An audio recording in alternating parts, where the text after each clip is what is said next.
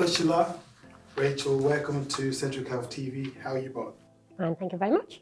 Tell me a bit about your role and how it fits in with the Rapid Insights.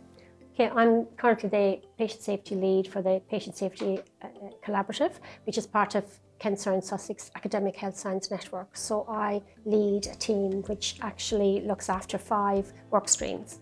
As part of that, we do different QI tools, and one of the tools we've used recently is the Rapid Insight tool. Why do you think the Rapid Insight tool works so well? Works because it's very much, well, we first used it as part of Wessex, when we worked alongside Wessex AHSN and Oxford, but Wessex were the ones who led on it, and we worked as part of the doing COVID oximetry at home. We wanted to get some very brief insights as to how it has worked and what we could take forward. So it works because it's non-hierarchical, it's quick.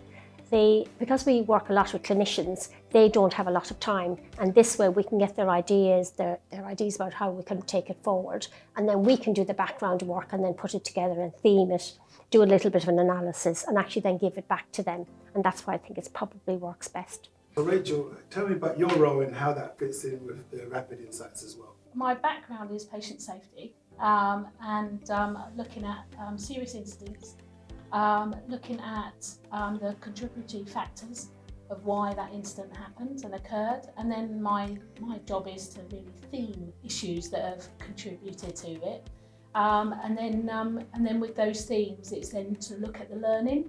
So sort of quality improvement work and shared wider learning, so that we prevent these incidents from happening again. This wider learning, how do you share it clinically?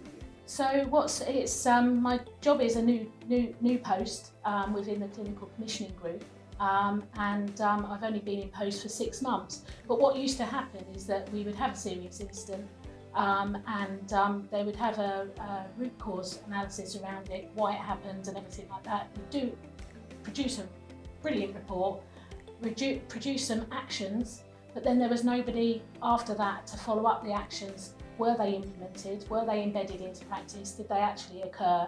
What were the obstacles of why they couldn't be embedded? And that's my role now, is to work with the trusts, work with the providers to sort of see, have they embedded them? What's their outcome? Have they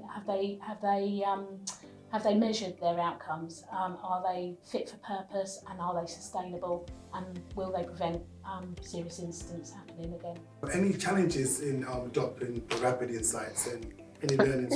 Not so far. I mean, we first started using it, as I said, as part of the COVID work that we were doing, but then when I worked with Rachael, we decided we would look at escalation. And escalation, particularly in deterioration, for mothers and babies, we've used it now in our maternity and neonatal programme. For deterioration per se, within the adult population, escalation is always a big issue. So I think that what we can do is we can use that and roll it out and really use it in lots of different aspects. One person who came to one of our events kind of called it a bit of a movement towards trying to look at escalation. So we've just finished doing 4 sessions with trying to get clinicians at different hours of the day. I've been approached at the university to do some students towards the end, because I'd really like to know, why do young clinicians not escalate if they don't escalate? Why are they uncomfortable? And we're also going to do some junior doctors, and also we're going to try and really get a sense of what is it that's stopping people today, 2021, in escalating as much as they should? What human factors are out there? Well, I know that within Each Baby Counts, which is another kind of, I suppose, a programme within maternity, they actually are at the moment completing a kind of a toolkit for escalation, or what to do with escalation, how to escalate better. I think this will help, particularly in Kent and Sussex, where we're doing so much work. It will help us to have a look and see what is it that people need. We can then use the Each Baby Counts documentation and all the work that they're doing to complement what we're now doing. So it kind of really fits in. So it's 2 national programmes fitting in together to kind of complement each other. Now, thank you very much for that, Ursula. Rachael, wish you good luck and thank you. Thank you very much. Thank you very much. Thank you.